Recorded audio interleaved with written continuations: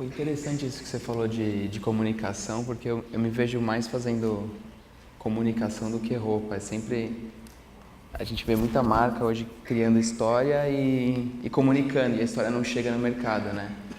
E eu me sinto mal se eu botar o meu potencial só para uma história. Eu preciso contar essa história e ver ela sendo chegar ao público. É, os slides vão ser assim bem vazios, vou tentar. É, aqui é uma coisa assim que eu me enxerguei que foi, tá, qual vai ser o papel do designer no futuro, né? A Noah, por exemplo, eu conversei com ela lá em Austin. Falei, você usou parametria aí, né? Você usou Grasshopper, você usou o software. Ela, nossa, porque assim, não é mais nenhum segredo. A gente pode achar que é super difícil fazer aquilo que ela fez, mas um arquiteto, ele faz aquilo talvez em 30 minutos. E aí quando a gente fala de designer para designer, acontece a mesma coisa. A gente fica preso, tentando achar que a gente tem alguma coisa muito preciosa, mas no fundo é os insights do mercado, né? Então, hoje a gente vê projetos como a Amazon está implantando inteligência artificial. Eu acabei estudando isso em 2015, quando a gente foi lá no South by Southwest. E basicamente assim, você tem a ficha técnica do seu produto, você tem a informação do consumidor e você tem a informação do produto que vendeu. Então você linka ficha técnica, produto que vendeu, e esse sistema basicamente ele cria possibilidades. É tipo aquelas coisinhas que a gente tinha antigamente de bim, bim, bim, bim, bim, e vai gerando combinações. Então você pensa um computador, ele vai gerar quantas combinações por minuto? E aí o nosso papel como designer não vai mais ser aquela coisa escondida, misteriosa. Vai ser mais de observar esses insights e entender essa coerência, coisa que o computador ainda não está conseguindo. Então, eu percebi que isso é o futuro, eu não sei o prazo disso, mas eu já falei, cara, já tenho que me preparar para isso. Aqui é uma foto do Vilado comprando uma roupa da Trendit numa loja. E aí eu comecei a refletir sobre o consumo, né? Será que eu tenho que fazer tanta peça? Será que eu tenho que ser grande? Eu lembro que em 2015 era uma loucura, assim, cidade inteira de São Paulo tinha, exportando para um monte de país com a ajuda da BIT. E aí chegou alguns insights, falei, cara, minha vida está sendo consumida pelo trabalho, eu estou perdendo o meu potencial como ser humano de gerar insights e estou operando as coisas. E ao mesmo tempo, as roupas da marca, elas estavam envelhecendo, mas os clientes, eles voltavam e falavam, você ainda tem aquela peça que você fez há 2 anos atrás? Porque de tanto lavar, ela acabou envelhecendo. Eu ia lá e produzia de novo. E eu comecei a perceber que existem alguns consumidores que, quando compram uma roupa e essa roupa expressa o que elas são, eles não trocam. Então, talvez essa seja a 10ª palestra que eu estou usando essa mesma roupa e o terceiro dia seguido que eu estou usando ela, porque eu gosto de como ela se comporta, da maneira que eu me comporto junto. A gente vira uma simbiose. Aqui é um pouco do começo da marca, né? Um comecinho mais avançado, né? Não fui no básico no passado, mas aqui acho que era a coleção 5 em 2013 e eu percebi, no começo eu fazia várias possibilidades de produto para descobrir o que realmente o consumidor ele queria. Eu me sentia no papel não de designer, mas de tradutor das vontades desse consumidor. Então eu fazia um pouco daquilo que eu sentia que ele tinha vontade, um pouco daquilo outro, um pouco dessa cor, um pouco daquela estampa. E no fim eu ia puxando os relatórios, né, que é uma coisa que designer sofre para fazer, juntar report de vendas, análise de design relacionada a esse volume. E eu comecei a perceber que a tendência de consumo deles era para essa transparência. Eles falavam que tem uma coisa Brasil da transparência, mas também tem uma coisa mais sóbria que não mostra tanto a sua parte do corpo, não define tanto, apesar de eu ter selecionado umas muito transparentes para vocês. Aqui já é um pouco mais básico.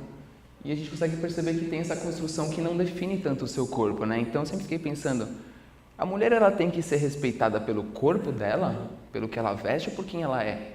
Como que essa mulher ela pode andar e as pessoas respeitarem o que ela está falando, as pessoas se concentrarem no speech dela, na fala dela e não no seio dela, e não na cintura dela, na bunda dela. E ao mesmo tempo isso também gerou uma oportunidade para mim, porque eu não tinha grana para fazer uma coleção para homem e uma coleção para mulher. E aí, sendo a roupa neutra, básica, um shape reto, eu percebi também através desse reporte de vendas que cada vez mais homens estavam comprando. Então meu foco sempre foi mulher, mas tinha uma coisa assim que eu me pegava. Como eu não tinha grana para contratar modelo de prova, eu provava em mim. Então eu sempre tentei ser magrelinho assim para ficar meio neutro. E aí chegou um momento que as lojas começaram a falar: olha, Renan, tem muito homem comprando, tem muito homem. Aí eu cheguei, beleza, vamos fazer um desfile então só com homem, com todas essas roupas. E foi. E aí, de uma hora para outra, a partir desse desfile, 50%, 60% da marca hoje são homens. Aqui já é um pouco antes do Devoré, então aqui tem algumas outras experimentações. As outras roupas não existem mais, mas o blazer ainda, ele já existe há 4 anos, o design dele não muda, ele continua aí vendendo. E é isso, o cliente quer comprar o blazer porque ele envelheceu, mas ele quer continuar usando esse blazer. Aqui foi um momento assim de extrapolação, assim, quando eu falei, tá, mas por que as pessoas têm que usar uma moda festa de tecido plano, tem que usar aquela roupa que define o corpo, né, que tem um desenho para o peito, tem um desenho para a bunda, que não é confortável, que você se sente todo rígido, né? Não foi moldado a você, foi moldado pela uma imagem que você está se baseando, uma imagem que você está se espelhando. E aí eu trouxe essa história de você ir poder para uma moda festa, sei lá, ir para um Oscar, sem brilho nenhum, simplesmente como se você tivesse saído de casa de pijama, com conforto de verdade. Evilásio criou esse projeto B2B com a ajuda da Bit, e aqui foi um momento assim da minha vida que criou uma ruptura total. Você não explicou do B2B, né? Você não explicou do B2B aqui, né? Tá, então, o B2B ele criou essa incubadora que é uma aceleração de marcas de moda, que era realmente uma coisa que não existia em nenhum lugar do mundo. A gente olhava para a China, olhava para os Estados Unidos, não existia nada, estava muito, talvez, embrionário. E aí ele, com a força da Bit, conseguiu juntar os designers, selecionou as pessoas, selecionou eu, selecionou a Ellen, fez um concurso para selecionar mais designers e contratou empresas de design thinking, empresas que não são de moda, e criou essa convergência. Então chegou no momento que eu olhei e falei, cara, quanto insight, quanta planilha, quanta coisa maluca que eu nem tinha imaginado na vida, e comecei a pensar muito diferente. Então tinha aqueles sentimentos de consumo, mas nesse momento eles me deram ferramentas para enxergar o meu trabalho de maneira diferente. E aí levou a gente para Paris, conhecemos o Remy, levou a gente para um monte de lugar do mundo, e aí a gente teria que insights com jornalistas, com pessoas que estão no mercado de moda relevante há muitos anos. E aí os caras, olha, dando insight aqui, dando insight ali, aquilo começou a mudar a proporção do meu design, começou a mudar a maneira como eu desenhava as roupas. E aí, num desses insights, voltando para o Brasil mas cara, vender multimarca, a multimarca põe um markup de 2.5 em cima do seu produto, você tem que fazer ele lá embaixo, você tem que fazer escala. Mas moda, de novo falando, né, a gente quer ser diferente, como que a gente vai ficar gerando escala? E se eu gerar escala, quantas oportunidades eu vou tirar do mercado? Eu posso empregar várias pessoas, mas tem tanto outro designer com potencial que eu vou tirar ele da jogada, eu preciso me impor no mercado. E eu comecei a enxergar, através dessas consultorias, que a gente pode pensar numa relação mais horizontal de sociedade. E o que me complicava era que eu tinha uma estrutura, eu tinha 3 pessoas no financeiro, eu tinha 20 funcionários e eu estava amarrado naquilo. E aí a gente falou, bom, primeiro passo, se você sair da loja multimarca, o seu lucro vai aumentar, porque você vai precisar vender menos produto. Legal. Começamos a falar, mas cara, é tão complexo enxergar tudo isso? Aí achei uma startup em Porto Alegre que chama Symbio, né, que é de simbiose. E eles ganharam vários prêmios, ganharam o primeiro lugar na IBM, ganharam agora esse ano na Feira Brasil Varejo. Eu falei, cara, olha, quero ser o cobaia de vocês. Eu tenho um budget aqui, quero investir na startup de vocês, para vocês me ajudar com essa deficiência. Eu, como designer, eu tenho que ter alguém para ficar emitindo nota fiscal para a loja de consignação, depois nota de retorno, depois nota de venda. Acabou, sabe? E aí eles criaram um sistema, já tinham criado o sistema, mas eles adaptaram para essa história da consignação, adaptaram recentemente agora para essa história que é muito forte em todas as lojas de moda, que é da mala, né? Então você tem aquele cliente que nem quer ir na loja, e você lembra, você fala, cara, eu preciso fazer minha venda, eu preciso fazer meu faturamento, então eu vou montar essas malinhas com essas peças que eu sei que esse cliente não tem, que ele pode gostar, vou mandar para casa dele, e o sistema consegue automatizar essas coisas. Então eu sugiro vocês darem uma olhada, o sistema é gratuito e realmente me libertou. Aqui é um exemplo das milhares de planilhas que a gente ia fazendo, então realmente tinha que ter o histórico das vendas de cada ano, tinha que ter esses insights de por exemplo, qual que é o botãozinho do laser? Esse aqui, vermelhinho? Tá. Aqui então a gente tem representação das vendas online, né? Então eu percebi que fui crescendo as vendas online. E então eu estava conseguindo uma independência das lojas. Isso, se você não tem metodologia, você acaba ficando tudo no feeling, que é essa coisa do Brasil, né? E mais, né? E aí, nesses insights, eu consegui perceber que, por exemplo, o volume de peças que eu poderia produzir, ele ia definir o custo unitário dele. Aqui está perto a planilha, estou mostrando para vocês uma realidade. Se eu diminuo esse volume de peças, esse custo unitário aumenta. Por quê? Eu tenho um custo fixo de pessoas. Eu tenho um custo variável de tecido e aviamentos, estamparia, mas eu tenho um custo fixo de pessoas. Então, é bem legal assim quando você começa a automatizar a planilha e ficar brincando com essas possibilidades e achar algo que realmente se encaixe no consumidor. Bom, consegui automatizar meu financeiro, consegui enxergar o mercado e eu estava livre. Eu falo que assim, em 2016 eu plantei minha aposentadoria e no final dela eu já estava aposentado. Então eu não tenho mais carro, não tenho mais nada. E é engraçado, né? Porque a Lê falou, vem pro Rio e tal, para dar palestra. Eu falei, Lê, compra passagem logo, fica 5 dias aí no Rio, surfar um pouco. Acabei de sair da areia aqui, do mar, tô com areia no cabelo ainda. E é isso. Então, esses momentos que eu tô livre, é os momentos que me fazem ficar vivo e que me fazem conviver com outras pessoas. E conviver com outras pessoas, a gente começa a enxergar as necessidades. Então, por exemplo, aqui era uma coisa mais esportiva, né? Então, a gente tem um tecido normal e um tecido com tratamento. Então, a gente aplicou um tratamento hidrofílico, que a gente aumenta a velocidade de absorção da água. Isso, para esporte, é super útil. Para que mais coisa dá para fazer? Não sei, dá para fazer várias coisas, mas eu comecei a me empolgar e falar, opa, tô curtindo mais do que simplesmente só ficar fazendo roupa e vendendo. As roupas são feitas, elas vendem, mas estão de maneira descentralizada / distribuído, né? Que é uma migração. Primeiro você começa com distribuído, que são esses mini clusters, e depois você vai descentralizando. Aí, evoluindo, eu falei, cara, por que a gente não faz um tecido condutivo? Esse tecido condutivo ele era transparente. Era um poliéster comum, mas dava para fazer em algodão também. Mas imagina a cortina da sua casa, está absorvendo a luz do sol e no fim está carregando, ou então toldo de restaurante, cobertura para carro. E isso foi 2 anos, aí agora a gente conseguiu fazer uma coisa mais prática, que é um tecido touchscreen. A gente liga ele num processador e você consegue desenhar na tela. Então, eu percebi que assim, é tão fácil ter insight, porque quando você vive com as pessoas, que depois para transformar em produto já é uma coisa que eu perdi um pouco o estímulo, né?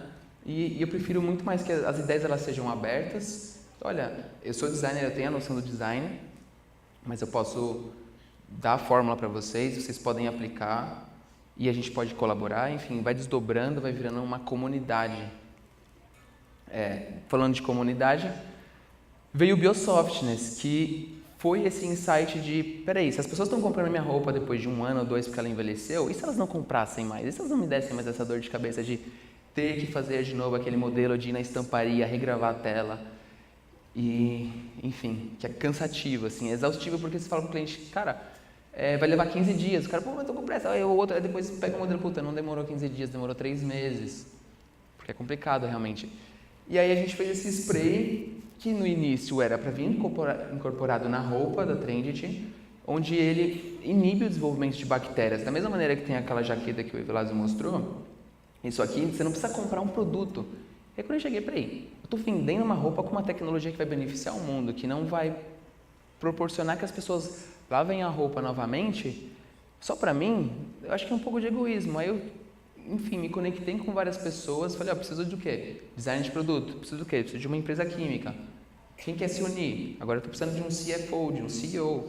Não tem, né? A gente está procurando. E é isso, assim, solta no mundo, aparece, e esse produto, eles converteram. Então, em vez de você vender um produto que seja meu, essa semana comprou um cara que é pro Rally dos Sertões, então ele está aplicando no macacão dele, coisa que eu nunca ia imaginar que alguém ia usar esse produto, e a gente vai desdobrando essas possibilidades. Aqui é um pouco do... Como eu estava com tempo livre, eu comecei a fazer colaboração com outras marcas, então aqui é um exemplo da modelagem que eu desenvolvo, que eu sempre tive esse foco de não desenvolver algo que já exista. Peraí, a modelagem tradicional T, camiseta já existe, mas como ela pode ser melhorada? Como ela pode cair melhor no corpo? E aqui é uma pinceladinha que eu dei, aqui mais escura é onde eu faço no computador para identificar onde é a transparência, né? Aqui dá para ver bem o produto onde estava o preto e ficou transparente. E aí eu fico brincando, né, nas colaborações. Pô, então vamos fazer... vamos chamar fotógrafo, não, vamos fazer foto com celular mesmo, vamos imprimir. E sempre essa coisa de... Vamos testar, sabe? Vamos fugir um pouco da regra que o mercado está dando pra gente, da tendência, porque a tendência, quando a gente trabalha com ela sobe e desce. A gente não pode ficar tendo confiança, confiar a nossa vida nesse sobe e desce e achar que a gente vai acertar o alvo ali. É muito melhor você trabalhar com uma solução consistente, construtiva, que você vai evoluindo ao longo do tempo e vai se tornando realmente autoral e efetivo, do que trabalhar com essas curvas que... Para quem não tem grana, é difícil. Aqui é um zoom do tecido em Devoré, então aqui é a pincelada, né, que você dá de ácido com base de alumínio e ele deixa o tecido transparente. Aí essas brincadeiras eu acabei também com B2B pensando, tá, agora a gente pode ter uma loja, mas essa loja ela pode ser portátil, eu quero ir para o Japão e quero deixar a loja lá, eu não quero ter vendedor, não quero...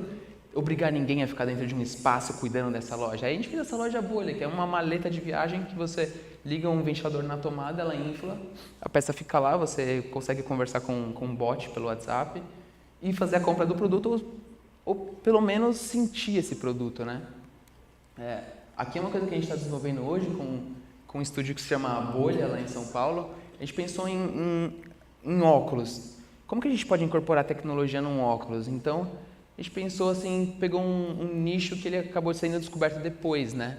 Que é colocar um painel de LED no óculos para ele ajudar crianças a se expressarem, né? Quando ela está mal-humorada, a sobrancelha fica vermelha para baixo. Quando ela está feliz, tem todas essas expressões. E a sacada foi, em vez de pegar o óculos e incluir essas coisas nele, o óculos próprio se torna a placa. Então, essas partes que a gente está vendo de cobre é a própria estrutura do óculos, então todos os chips estão nele. A gente não precisa ficar pensando em onde acoplar e ficar um volume, nada, é simplesmente o próprio óculos. Em vez dos hardwares estarem todos juntos numa caixa, a gente distribui ao longo aqui a porta USB, que a gente conecta, pode reconfigurar outras informações ou simplesmente carregar ele. Aqui é um outro projeto que é uma brincadeira, assim, só de insight mesmo. A gente pensou num perfume que você possa controlar, né? Então, quando a gente vê que a gente está muito perfumado, incomoda a gente. E que tal, então, uma tecnologia que você consegue controlar pelo celular os momentos que você quer que esse produto se espalhe pelo seu corpo, né? E ele tenha essa autocontrole, sem incomodar outras pessoas. Bom, eu gostaria assim que vocês usassem o conhecimento que vocês estão adquirindo aqui no evento para pegar essa opinião que vocês já têm antes do evento e construir uma opinião mais complexa. Na verdade, não é nem construir, é desconstruir. Falar, cara, eu não concordo com ele com isso, mas não por causa de uma coisa que eu acreditava. Você tem que desconstruir aquele pensamento e buscar informações novas, para vocês se tornarem mais complexos e poderem dividir com a gente também essas informações, porque a gente precisa de pessoas pensantes. Essa é a única diferença do ser humano para qualquer outro animal ou inseto. A gente pensa. E a gente ficar trabalhando automatizado dentro da nossa empresa está destruindo a nossa capacidade do que a gente está fazendo no planeta Terra. Bom, contatos, ok? Aqui eu fiz esse linkzinho, trend.co/RealModa. Então a gente pode, vocês podem colocar o e-mail de vocês lá, eu recebo, eu posso mandar a palestra para vocês, enfim, aqueles números malucos, os dashboards, o que vocês precisarem. Se for me adicionar no Facebook, eu brinco assim que é bom mandar um scrap, lembrando do Orkut, porque se vocês não mandam mensagem, só adiciona, eu fico confuso, e aí eu não sei se eu adiciono ou não. Às vezes eu estou inspirado, adiciono, mas às vezes eu não estou inspirado, eu falo, não pode adicionar ninguém, deixa para outro dia. O Instagram é fácil, é só seguir, mas... E aqui também o site, que é uma coisa muito doida, assim, que é tipo minha cabeça. É uma confusão toda, mas é legal para dar uma olhada no que está acontecendo. Gente, obrigado, valeu pela oportunidade.